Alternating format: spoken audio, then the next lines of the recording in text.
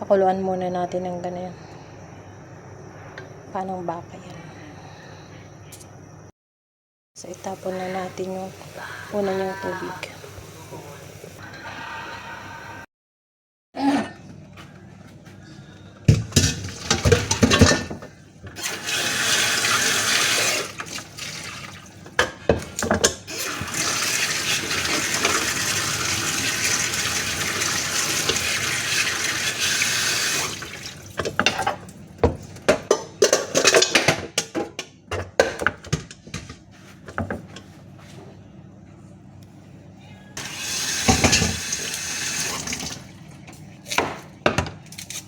Ito kasi yung ano nung paa ng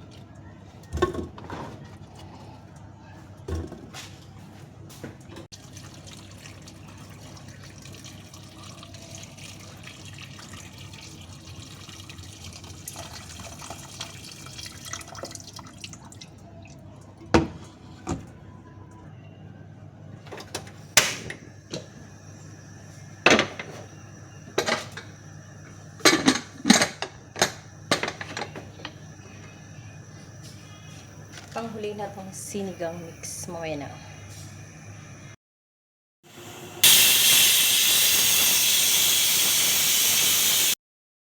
Oh, ito yung pinaglilinis ko ng mga gulay-gulay, prutas. Yan, lagyan natin. Tapos, lagyan ng tubig. Ng sili.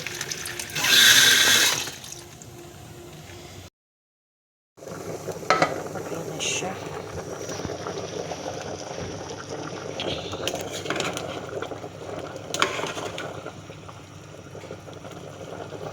So, lagay na natin yung sinigang.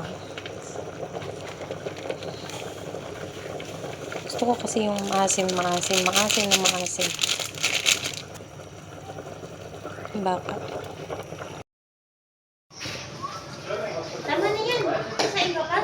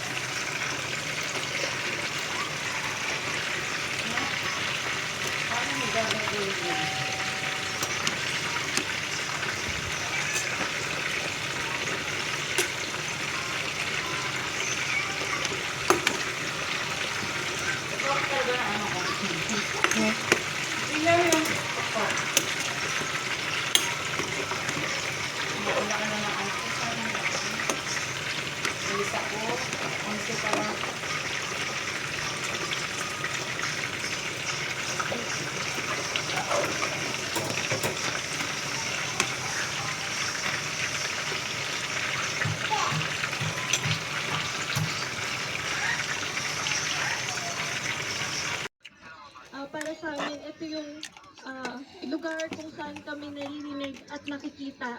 Samantalang dito po sa Pilipinas, yung mga biktima katulad ni Ephraim, binabaligtad po sila, sinisisi pa kung bakit sila namatay. Sabi ni Atty. Cristina Conti, aabutin lang ng 3 oras kada araw